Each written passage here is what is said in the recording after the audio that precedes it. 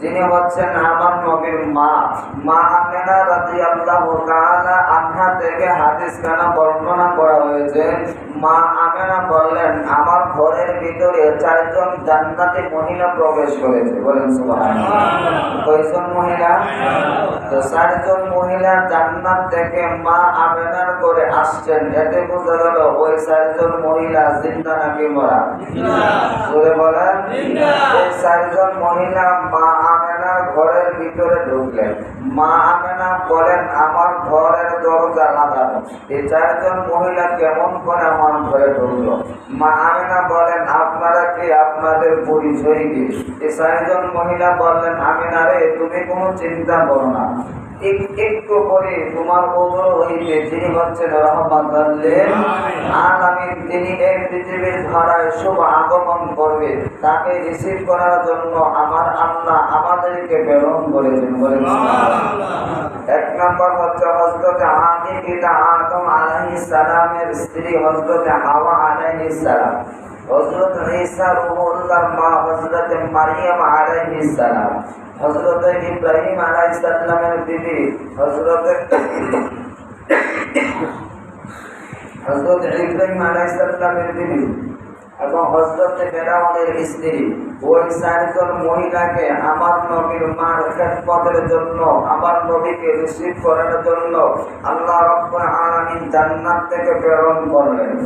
মা আমেনা রাদিয়াল্লাহু তাআলা আনহার হাত এবং পা এবং মাথা, এই 4 জন মহিলা আস্তে আস্তে টিপ দিতে লাগলেন।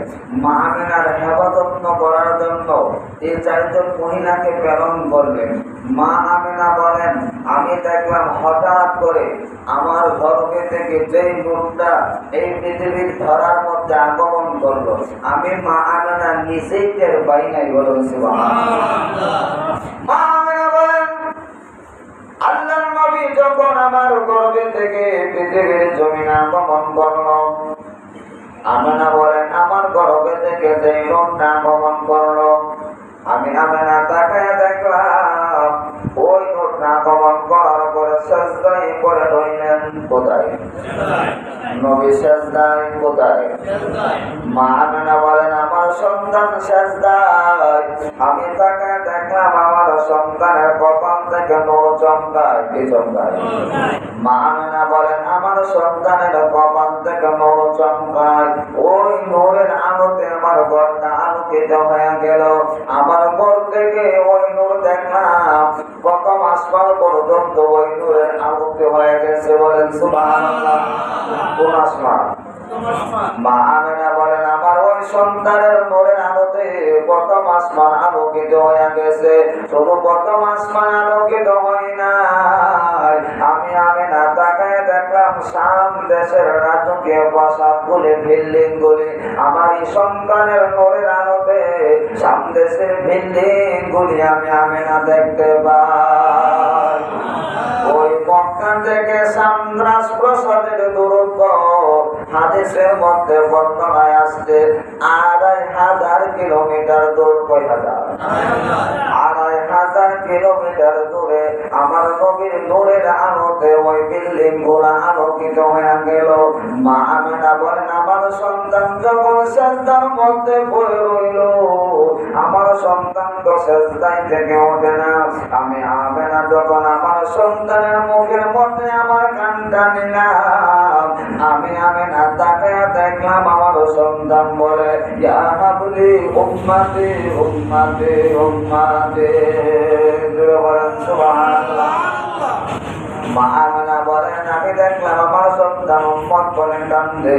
আমি তাকায়া দেখলাম আমার সন্তানের শরীরের মধ্যে জান্নাতি পোশাক। কি পোশাক? আমার সন্তানের শরীরের মধ্যে জান্নাতি পোশাক পরিহিত অবস্থায় আমার নবী এই দুরার জমিনে আগমন করেছে।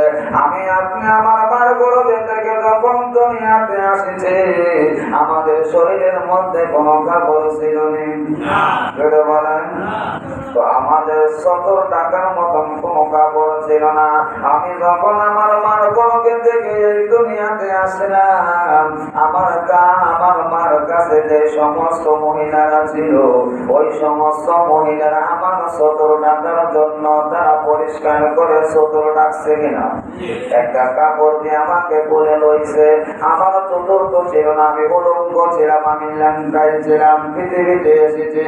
আমার নবী তো এমনিতে ভাবে পৃথিবীতে আসে নাই। এতে বোঝা গেল আমার আশার নবীর আশার মধ্যেই তো আকাশ পাতাল ব্যবধান।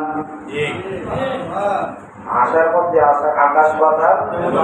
এতে বোঝা গেল নবী কোন রকমে আমার মতো হইতে, আমার মতো নবী কেমনে হইব। নবী বলেন আইয়ুকুম মিসলি, কে আছো আমার মতো, আইয়ুকুম মিসলি, কে আছো আমার মতো।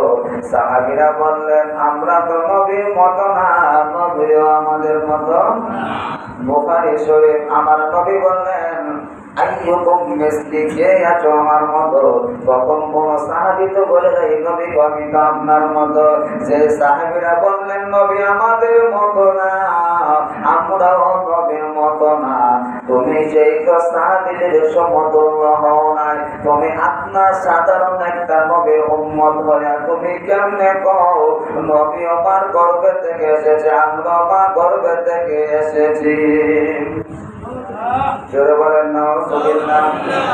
এই কথা যারা বলে তাদের ঈমান আছে না নাই? জোরে বলেন ঈমান নাই, ঈমান নাই। এদের কাছে নামাজ পড়লে কাজে বলে বলব। আমার নবী বললেন আমি কোন উম্মতের মতো না, বলতে কি এই সৃষ্টি জগতের মধ্যে কোন বস্তুর সাথে আমার কোন তুলনা নাই, আমি নবীর কোন মেশান নাই। কারণ আমি নবী হচ্ছি সৃষ্টি জগতের ঊর্ধ্বে, সৃষ্টি জগতের। মা আমেনা বলেন আমার সন্তান সেজদায় করে উম্মতের জন্য কাঁদছে, নবী দুনিয়াতে আইসা উম্মতের জন্য কাঁদে, নবী এখন মদিনায় শুয়ে উম্মতের জন্য কাঁদে, আসরের ময়দানে নবী সেজদায় করে উম্মতের জন্য কাঁদে। আর ওই নবীরে কেমনে বলে নবী আমার আপনার মতো। আল্লাহর নবী ডাকতে বলেন পৃথিবীর মানুষেরে 63 বছরের জিন্দেগি মানবী কবর করে আমার আল্লাহ আমার দুনিয়াতে প্রেরণ করেছে। এতে যদি আমার বড় মানুষ, আমি নবী যখন আমার আল্লাহর কাছে হাতি করতেছিলাম, তখন আমি নবী কি আমার আল্লাহ ছাড়া কেউ জানে, আল্লাহ ছাড়া কেউ। নবী বলেন আমি যখন হাতি করতে আল্লাহর কাছে ছিলাম, তখন আমার পরিচয় একমাত্র আল্লাহ ছাড়া আর কেউ জানে না। 63 বছরের জিন্দেগি পাইয়া যদি তুমি বলো কুল ইন্না আনা বাশরুকুম মিসলুকুম ইউহা ইলাইহি, আল্লাহ জালালউদ্দিন রুমি তাফসীরে জালালাইনের মধ্যে এই আয়াতের ব্যাখ্যা করতে যে একটা কথাই বললেন, ও পৃথিবীর মানুষেরে আমার নবী বলছেন নূরুন আলা নূর, আমার নবীকে আমার আল্লাহ মানবী স্বরূপ দিয়ে পৃথিবীর জমিনে পাঠাইলেন ইসলাম ধর্মটা প্রচার করার জন্য। আমার আল্লাহ যদি সরাসরি নূর হিসাবে নবীকে প্রেরণ করতেন, আমার নবীর কাছে কোনো মানুষ আসতে পারত না। আমার নবীর কাছে মানুষ আসার আগে নূরের তাজাল্লিতে মানুষ পড়ে ছাই হয়ে যাইত, কি হয়ে যাইত? ওই নূরের তাজাল্লিতে মানুষ পড়ে ছাই হয়ে যাইবে, তখন তো ইসলাম প্রচার করতেন না। আল্লাহ আল্লাহ জালালউদ্দিন রুমি বলেন ওই নবীজির শুভ আগমনের দিন ঈদে মিলাদুন নবী সাল্লাল্লাহু আলাইহি ওয়াসাল্লাম আমি জালালউদ্দিন রুমি পালন করেছি। আমি জালালউদ্দিন রুমি আল্লামা জালালউদ্দিন সৈয়দী তাফসীরের মধ্যে বলেন ঈদে মিলাদুন নবী আমি জালালউদ্দিন সৈয়দী পালন করেছি, ঈদে মিলাদুন নবী পালন করেছেন। এতে বোঝা যায় আমি অদম গুনাহগার যখন আলিম ফাজিল কামেলে পড়েছে, আল্লামা জালালউদ্দিন জালালউদ্দিন সৈয়দের তাফসীরে জালালাইন কামেল ক্লাসে পাইলাম, ফাসিল ক্লাসের মধ্যে পাইলাম। আমরা যাহাদেরকে ওয়াহাবি বলি তারাও তাফসীরে জালালাইন পড়ে, আমরাও তাফসীরে জালালাইন পড়ে। আল্লামা জালালউদ্দিন সৈয়দ বলেন ঈদে মিলাদুন নবী জায়েজ, ঈদে মিলাদুন নবী পালন করা সুন্নাত। আল্লামা জালালউদ্দিন সৈয়দ বলে সুন্নাত। আর ওই তাফসীর বইটা তুমি কোনদিন ঈদে মিলাদুন নবী পালন করা বেদাত। আমার নবী ঈদে মিলাদুন নবী যে উম্মত বলবে বেদাত, ওই আলেম তো হই না আলেম নামে জাহেল, আলেম নামে জাহেল। ওই মৌলবী কই পবিত্র জুমার দিন গরিবের জন্য ঈদের দিন হজের দিন বলে জোরে বলে সপ্তাহে একদিন গরিবের জন্য ঈদের দিন হজের দিন ওই মৌলবী এরকম দুই ঈদ, ঈদের বেতন ঈদ আজহাও স্বীকার করে। কিন্তু আমার নবী বলছেন আরাফাতের দিন হচ্ছে ঈদের দিন। কোন দিন? আরাফাতের দিন ঈদের দিন। এই নিয়ে কোনো মতানৈক্য নাই। জুমার দিনে ঈদের দিন, এটা নিয়ে কোনো মতানৈক্য নাই। আমার নবী বললেন আমি যেই দিন পৃথিবীতে শুভ আগমন করেছে ওই ঈদটা তোমরা মানো না। ঈদ মানে খুশি, ঈদ মানে আনন্দ। আমি নবী পৃথিবীতে এসেছি, এটা যদি উম্মতের জন্য আনন্দ না হয় সেই তো আমার উম্মত হইতে পারে, উম্মত হইতে। ঈদে মিলাদুন নবী যেই বান্দা মানবে না সেই বান্দা নবীর উম্মত না, সেই হচ্ছে শয়তানের উম্মত। কার উম্মত? জোরে বলেন। সে হচ্ছে শয়তানের উম্মত। সেই মৌলবী বলে তুই ঈদ ছাড়া কোনো ঈদ নাই, ওই মৌলবী হইল জাহেল মৌলবী মার্কা। কোন মৌলবী? আল্লাহর নবী হাদিস শরীফের মধ্যে বর্ণনা করেছেন 100-র উপরে ঈদ আছে। কয়শো? একটা বছরে 100-র উপরে ঈদ আছে।